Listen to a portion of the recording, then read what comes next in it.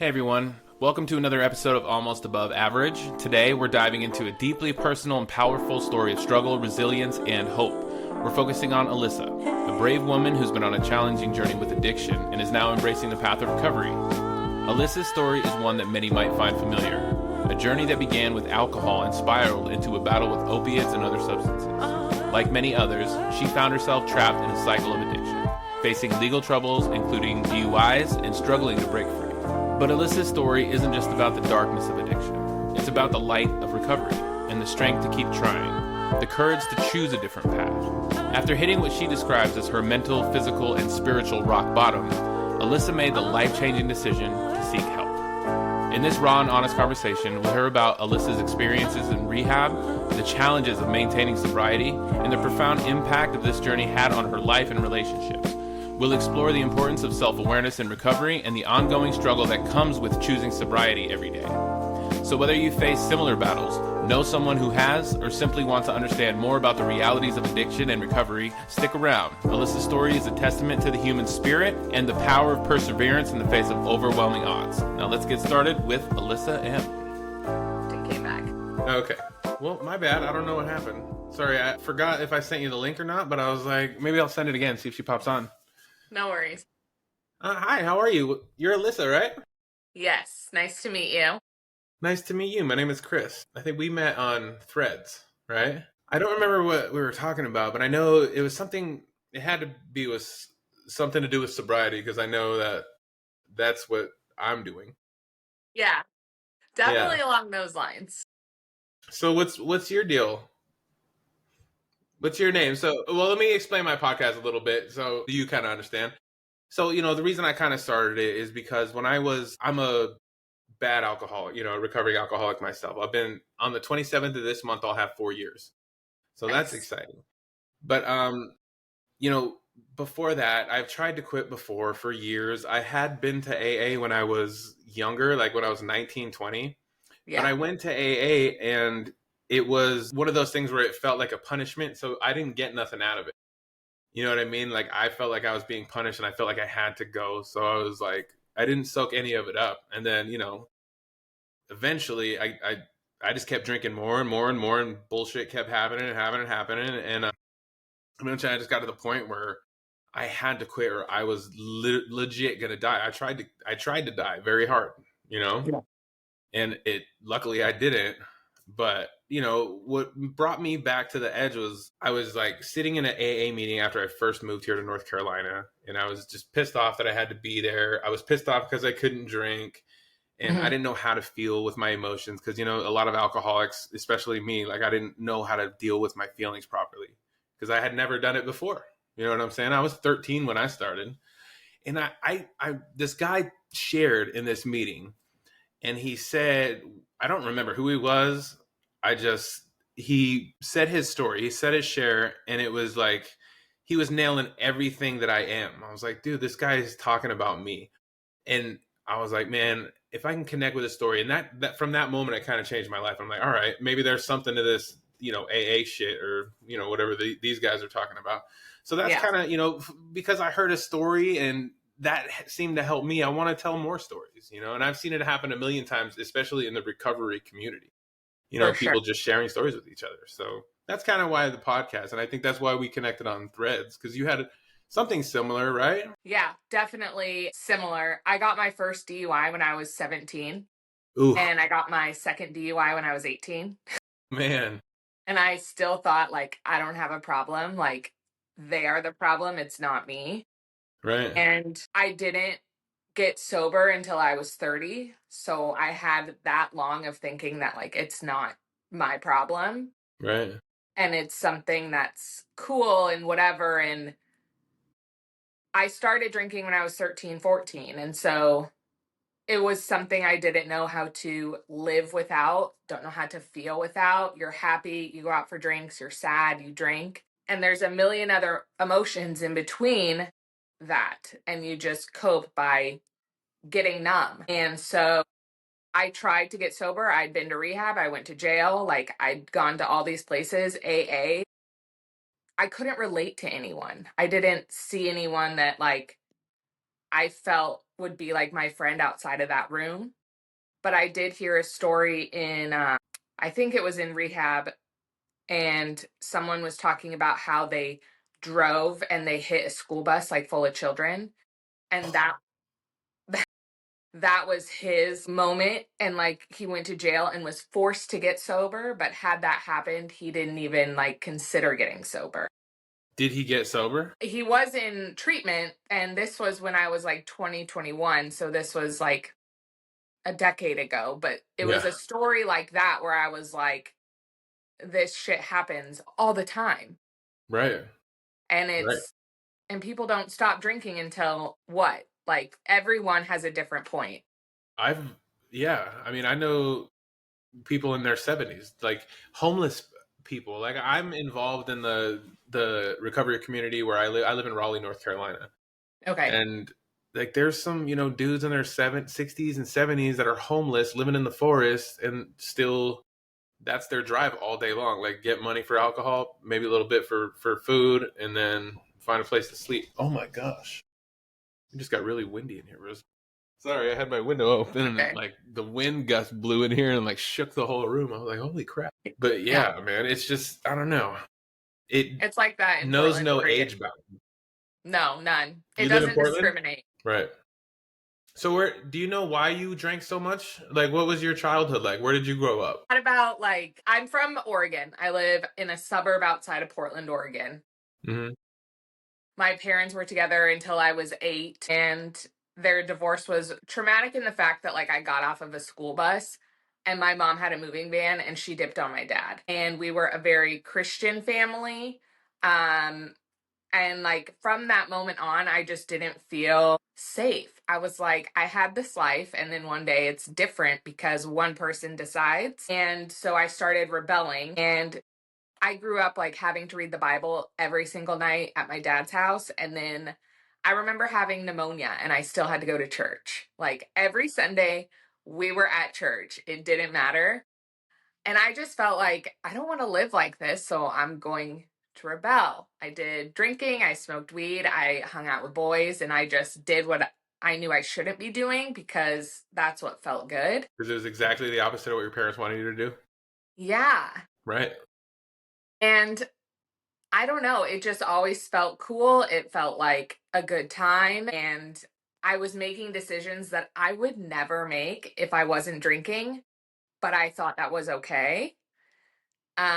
And it had a lot to do with like the influences just around me. Did you have a lot of drinking going on in the house? No, my parents didn't drink. No, so what do you think made you when was your first drink and what was it?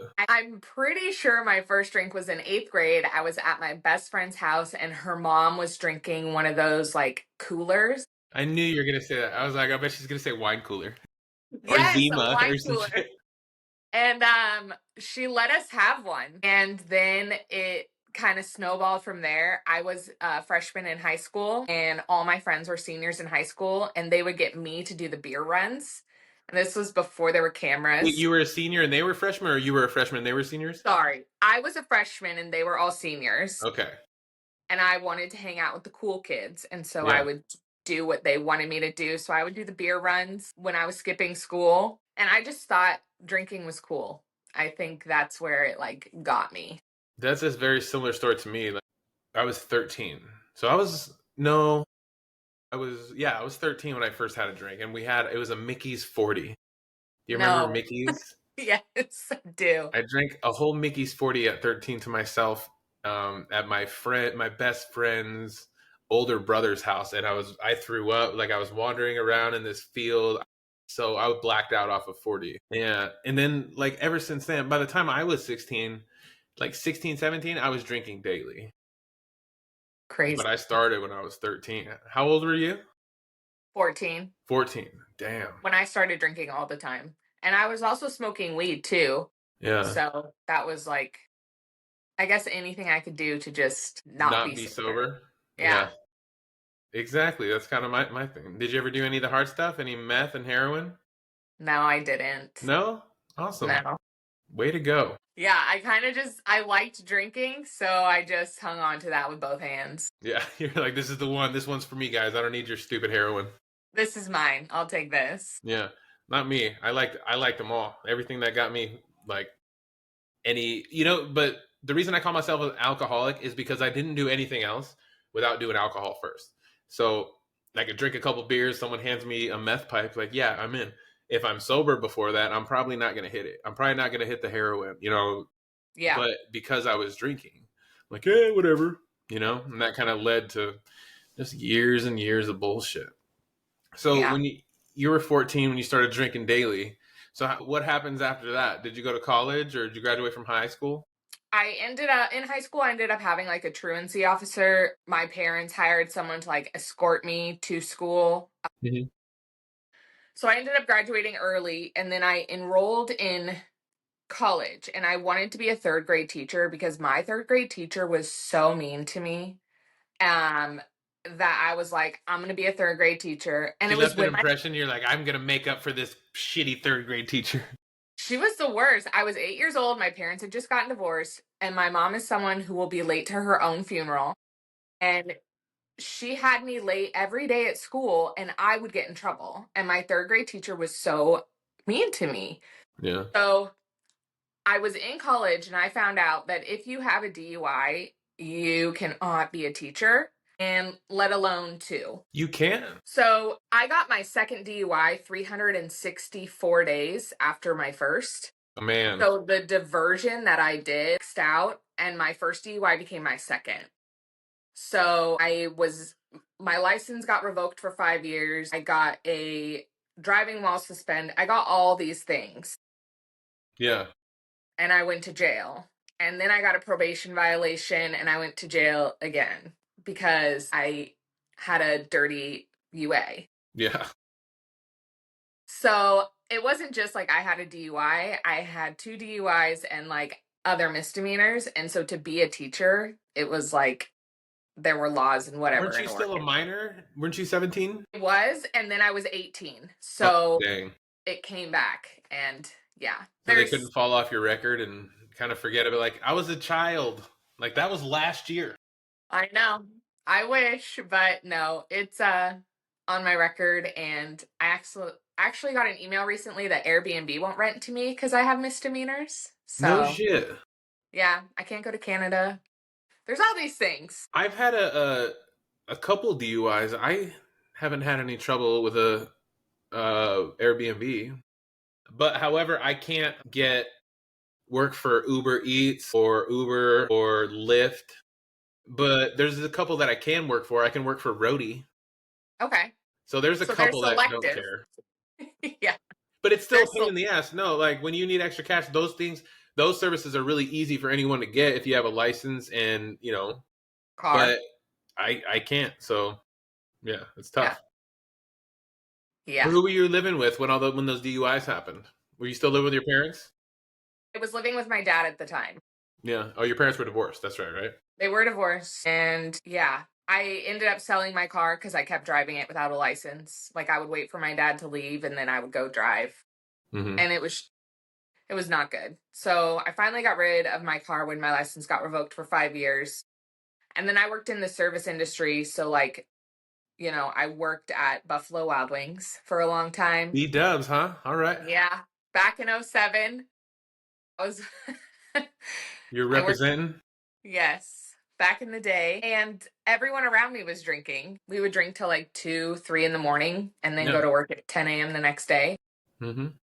I was taking Adderall at that time. So That's pretty it serious. was, yeah, not a good mix. But yeah, I just felt like this is what people do because it was all around me.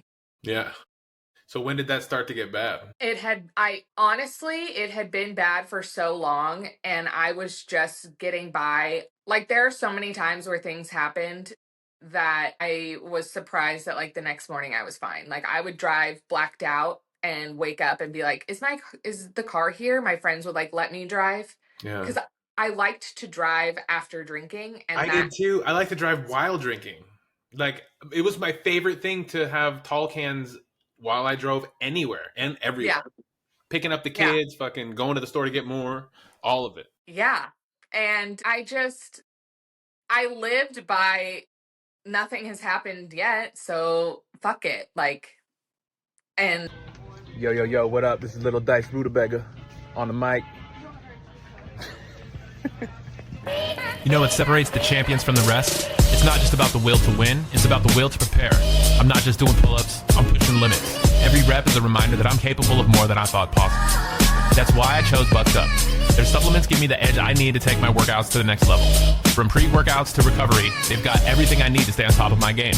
With Bucked Up, I get the energy, focus, and endurance to crush every session. Whether you're a pro or just starting out, their products will help you achieve your fitness goals faster. Ready to unlock your full potential? Visit buckedup.com and use code McMedia1 at checkout for exclusive savings available only to my followers.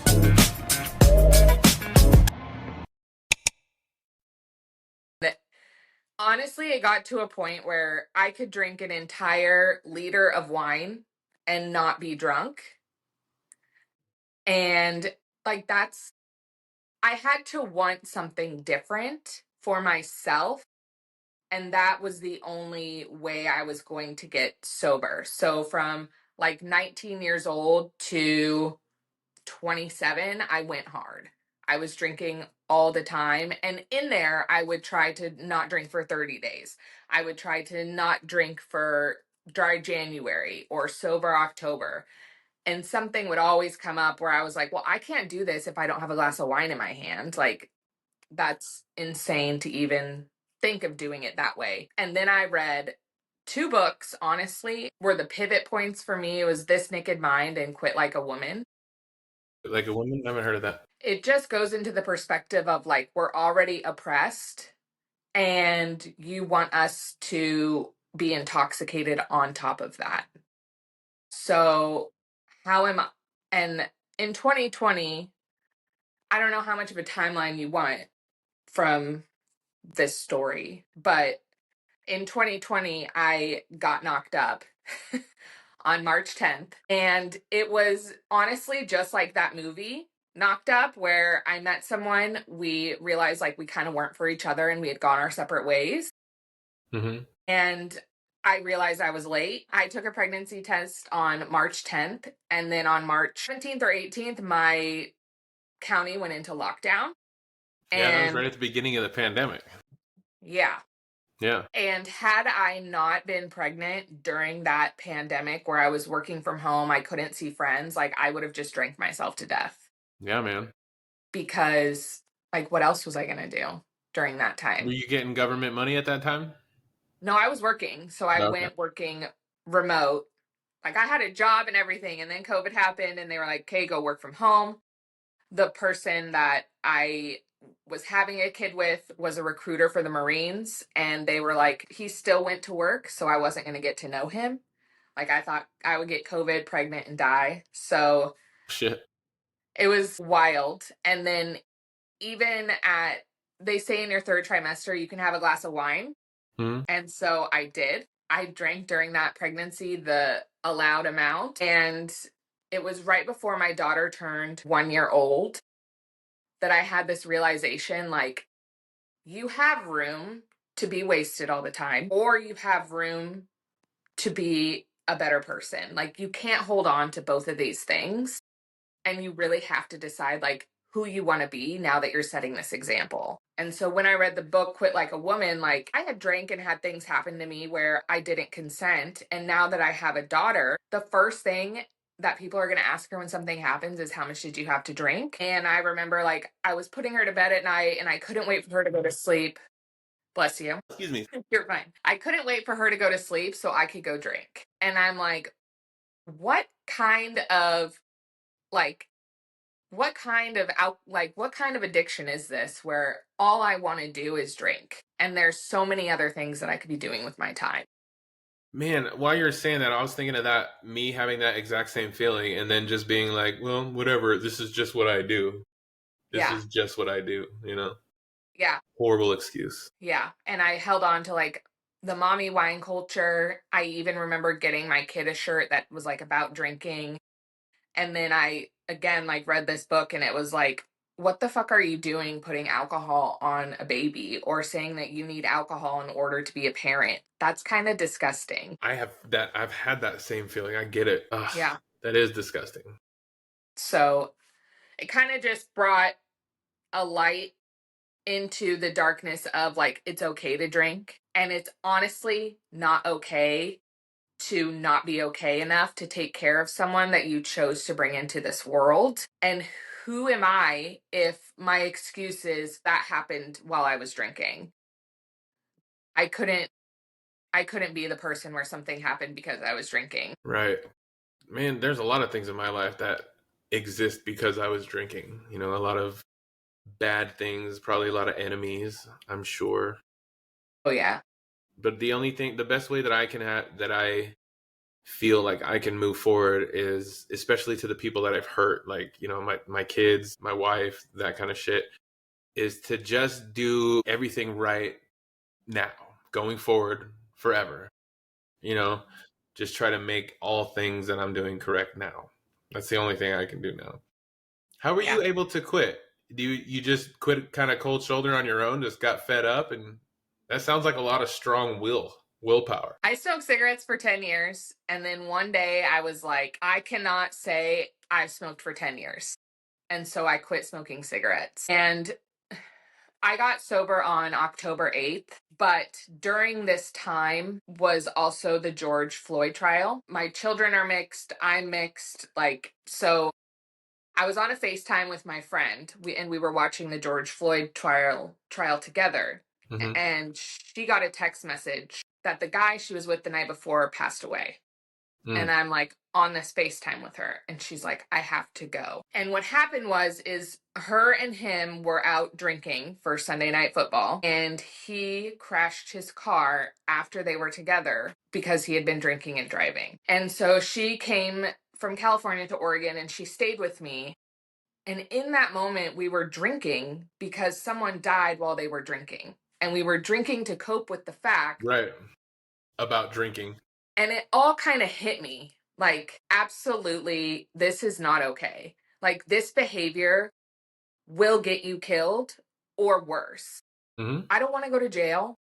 I don't want to lose my right to drive my car for the rest of I don't want to kill like, all of these things kind of hit me at once in the face to where it was like, if you continue to drink after this, that's disgusting. And like, I don't want to be that person.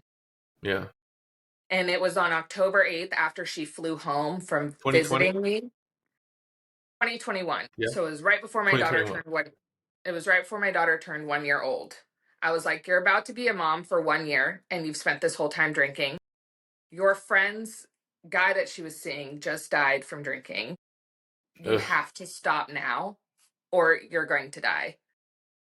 And so it wasn't, I don't like, yeah, sure, it was willpower, but it was also me like looking at myself and being like, you can't, like, you honestly can't do this anymore. Yeah. You're going to die and you have a child that looks up to you, that needs you. Man, even that wasn't enough. And I think maybe for me, that wasn't enough because the mom was around. So I could kind of rely on her to take care of the kids, you know, if need be. But, you know, there was a time when we were separated and we split custody with my children. And it was just a dark, like, me and the boys, we grew really close together, but it was a dark time. Like, they would come every other week and it would just be me plastered for a week, or actually be plastered every single day. It's just I try to hold it together when the kids were over, you know, make dinner look normal, but I'm still drunk as hell. You know, sometimes my mom would come over and I'd be sleeping, like passed out, and she's like, the kids are here. I'm like, I know. Yeah. I can't believe the shit I used to do. It's just, it's despicable. Right. It's a do you think it's a disease? I don't think it's a choice. No. Me sitting here now, like sober, would I get in my car and close my eyes? No. But would I drink an entire bottle of wine and then drive to go get more? Yes. Who's making that decision, the alcohol or me? Right. So I've heard people say like to drink is a choice, but at the same time, alcohol is something that is actually actively rewiring your brain to choose alcohol again over everything else. So well, yes. Yeah, it's that thing, at least how it behaved in me is I needed that before I did everything. Anything, yeah. Yep. So like I'm drinking in the morning because I drank last night. I have to drink in the morning. Like, duh. Yeah. You know? What else am I gonna do? Yeah, what do you mean? Why are you looking at me funny, dude? Like, obviously. And you know, another thing about where I grew up in Carson City, Nevada, it kind of felt like it was a culture thing there. It's a casino culture, a touristy town. You can get liquor and beer at every gas station, at every grocery store, all 24 hours a day. Like, there was Any no, hour. Yeah. yeah. So it was kind of just in our culture. Like you said earlier, it was just, that's something we do. That's just what we do. We go to work and then we get a little fucked up and have some friends come over, eat some food, Yeah. make some bad decisions, I'm sure. Text your ex and do it again the next day. Right. Yeah. What keeps you, I don't know, me personally, I've almost, so 4 years I'll have March 27th, but I have to do so many things in my personal life to make sure that I'm not going to take a drink. Like, I'm terrified if I take another drink. The last time I drank, I really tried to kill myself, and that scares me. You know what I mean? Yeah. So I'm terrified to do it again. So I have to set up, like, for me, I am busy all day long because I don't like any idle time. I don't like time to just sit and chill. So I've been busy all day long. I went to the gym first thing this morning, took my son to driver's ed, did a podcast, went to band practice right before I came here. Now I'm recording this with you. I have another meeting with a client an hour after you, and then my granddaughter's coming over here. Like, I'm busy until I go to sleep today. So that's how I like it, because it sets me up and it keeps me focused on the things that I have to do. You know what I mean? Because when I start chilling by myself and I'm not doing anything, when I start thinking by myself, I'm not good up there. So that's gonna answer that question. Like, do you think it's a disease? Right? I kind of do.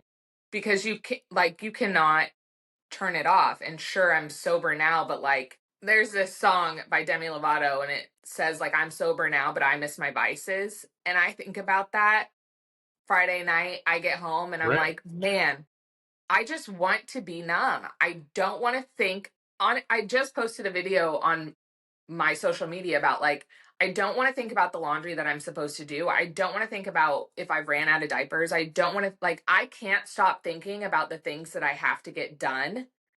And alcohol was my excuse to not think about things, but it was also my excuse to make decisions that I didn't want my name on. So I realized through time that like alcohol was a ritual for me. And so I do have my NA beverages. Like, I always have a drink like in my hand, whether it's I ice. also do. It's because it's a habit. Like, in the Yes. car, there's always a cup of something. Like, I need something to sip on the whole time. Yeah. Yep. And when I was smoking cigarettes, people would talk about it's like this oral fixation that like you have to have something like in your mouth. And so I just am like, and I got to a point where I was like, you're drinking too many sparkling sodas. And then I had to be like, you need to give yourself grace for the rest of your life, because you can drink as many sparkling sodas as you want and it's not killing you. And you're not embarrassed when You're you're not going taking to drink your fourth sparkling tonic or water and go commit a crime. Exactly. You know? So there's just so much shame in like, I didn't even want to say I was sober for the first 2 years, because what if I drank again? Right. You just hadn't drank yet. Yeah. And I still do think about it every day. I'm like, you can just have one glass of wine to take the edge off. And then I'm like, keep playing that tape, because no, you cannot. I know what happens. I'm gonna get drunk. I'm gonna have fun. I'm gonna hurt somebody tonight, and then tomorrow morning I'm gonna feel ashamed. I'm gonna feel so ashamed that I'm gonna start drinking immediately to wash away that shame, and then that's gonna repeat indefinitely until I drink myself to death. You continue drinking to cope with the things that you did while you were drinking. Right. It's a weird cycle. That is madness to me. That's how it felt to me. For sure. I think it took me so long because I didn't see what I was doing to myself. Mm-hmm. I thought I was a good time. I thought I was funnier. I thought I was better than while I was drinking. Mm-hmm. And I heard someone say that you'll accomplish more 1 year sober than you'll accomplish an entire lifetime drinking. And I was like, that can't be true. Like, I'm accomplishing things. Mm-hmm. And then I stopped drinking and I was like, holy shit, look at all of these things I could have been doing with my time. Tell me about that. So tell me what changed when you figured out that sobriety is gonna help you. I like to separate my sobriety and the fact that I'm a mom, but at the same time, they are intertwined. So around the time that I was getting sober, I did give a chance to the guy that I had a kid with. I moved in with him and we tried to make it work. I got laid off and found out I was pregnant all within a month of each other. And then he got Same papers dad? that, what? The same dad, right? Same dad. Yeah. That's all right. Don't worry. Same dad. All right. I found out I was pregnant. I got laid off. And then he got papers that he has to go to Virginia for 2 years. Shit. And I was like, thank God I'm not drinking because this is fucked up. So I moved 2 dogs, a toddler, and pregnant from Oregon to Virginia with him. And if anybody doesn't know, like someone who's in the military, they're of no use to you as a partner during that time. Right. So yes, we were together, we were married, but like You just had a place to stay, really, right? correct. Or a place almost like a jail cell because you couldn't do much. Well, yeah. Right? I had no friends, no like nothing, and I was taking care of 2 dogs, a toddler, and an entire household. Yeah. You're just chilling at home all day. So while I was there, it was really dark and like mentally exercising. And after my second daughter was born, my oldest daughter was bit in the face by his dog. And it was in that moment where I thought, and like the outcome of that was, yes, it could have been avoided, but the way that he chose to handle that situation opened my eyes to never again. And I enrolled in medical school for coding and billing 2 weeks later after that incident because I was like, I'm going to do this. I'm going to be a mom of 2. I'm going to handle it and I'm going to make enough money I don't need another partner in the home. Fuck yeah, you are. I love that. All he's bringing to this household is the roof and I'm taking care of everything else. And he probably just feels like you're a drain on him anyway. That's what it sounds like. Like you followed him over there. It doesn't sound like you love him and you're just totally in love with him, you know? I was not in love and he wanted me to go. I was going to stay and I was like looking for places to stay and then I lost my job. Mm-hmm. And so he was okay with everything. He thought this is how a relationship is. But again, the dog bite and like, it was his dog and like, he had gone to Iraq and like this dog had helped him with a lot of PTSD and things like that. Like this was I don't want to say number one, but it seemed like it because I had a pit bull and he started growling at my daughter and I got rid of my dog. Like, bye. And if my dog had bit my daughter in the face, I would have shot him myself. And he was taking too much time to rehome this dog I didn't care what happened. So since I lived in Virginia, I left with my 2 children. I flew 5 hours by myself. I got a place, I got a job, and I made it work. That's and great. To this day, if I had been drinking, what of that would have got accomplished? Like, I don't think I would have had a second child. You know, all these other things could have happened if I had been drinking. But the fact that I wasn't drinking, I was able to recognize when it was time to leave instead of staying because I had a place that I could be. Right. Do you think you'll ever drink again? I don't think I can. That's great. Why not? Mentally? Like you think you put a block up? Yeah, almost to like alcohol was my best friend. It was there in all times, at all hours. But the things that I did for alcohol, I can't do that anymore. Right. So it was like having a toxic ex and you get out of that relationship and you see how much you were abused by that substance. Mm-hmm. Like alcohol abused me and made me do things that like were not okay. So how could I give alcohol like another chance? That's a great way to look at it, you know? Like my brain, sometimes it gets me when like I'm downtown. I live in Raleigh, North Carolina. Like there's a cool downtown scene and I see friends like having drinks at a bar and laughing and talking. I'm like, I don't want to drink, but that looks fun. And the drink is fun in that scenario. You know what I mean? But like you said earlier, if I play out the tape, I know exactly what I do. And I can't afford it. I got too much shit now. Like you said, you got children. They're watching you. Hope with God willing, they won't see you drunk ever. You know? Yeah. And I have a conversation that I have to have with them about it one day because I want it to be a topic. But how you're saying, like, going out and being around people and they're drinking, like, for me, I have to have a drink. I have to have a go-to drink. And because you don't want to look weird either. Like, you don't want to be the topic of discussion. And look at so-and-so doesn't have a drink. Like, you don't want to be that person. What do I do with my hands if there's not a drink in one of them? So I got to put these somewhere. Yeah. But where I live in Portland, Oregon, there's NA options. There's NA bars, honestly. And I think I'm fortunate in my support group. Yeah. But I also, so if I'm the only sober person and I stay, if you just watch people as they drink, it's not appealing. No, it's not. I hate, like, my wife still drinks today, but I don't like being around people. Once they start getting a buzz, it is absolutely fucking annoying, and I want to leave. It's like, yeah, I know I acted like that after 2 beers also. And the only way that makes sense is when the people around you are also on 2 drinks or something else, you know, because then they're all the same level. Everyone's at the same level.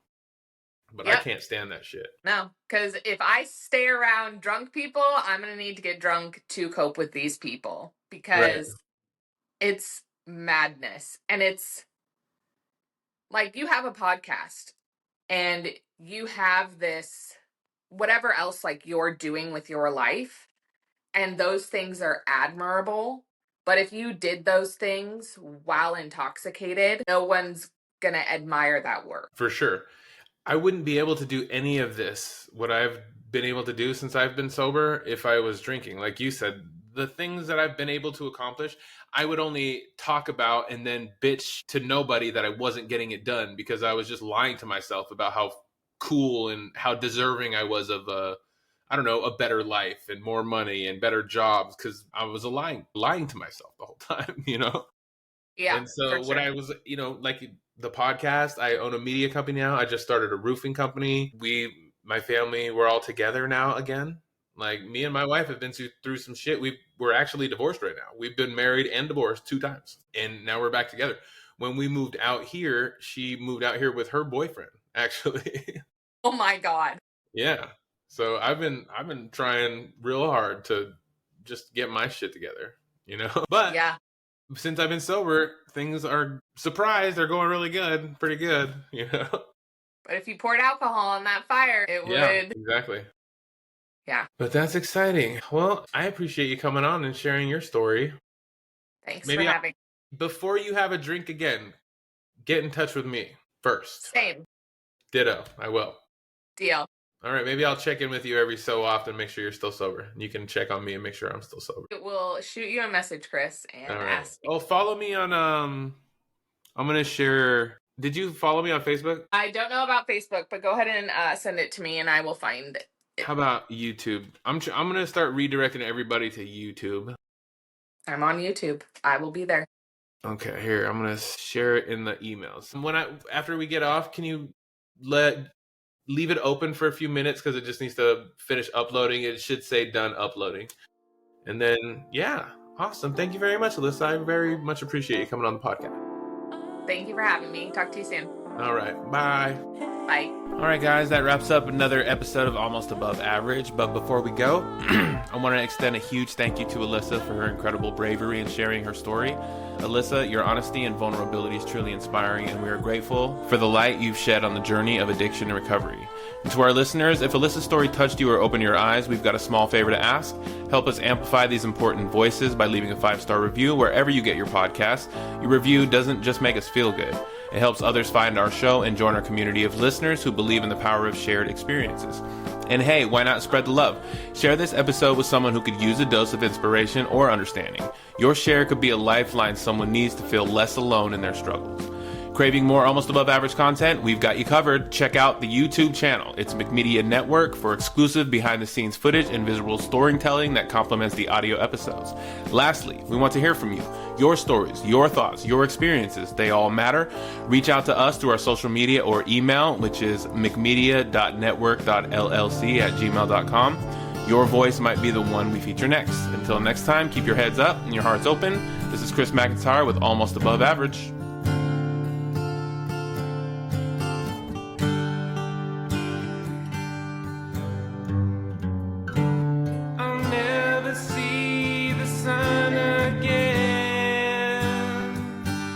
It's just as well I've said goodbye too many times inside my head.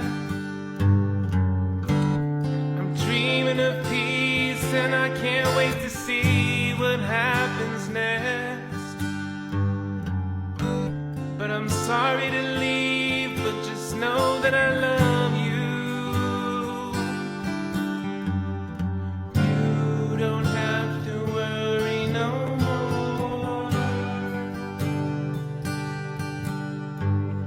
You don't have to worry no more.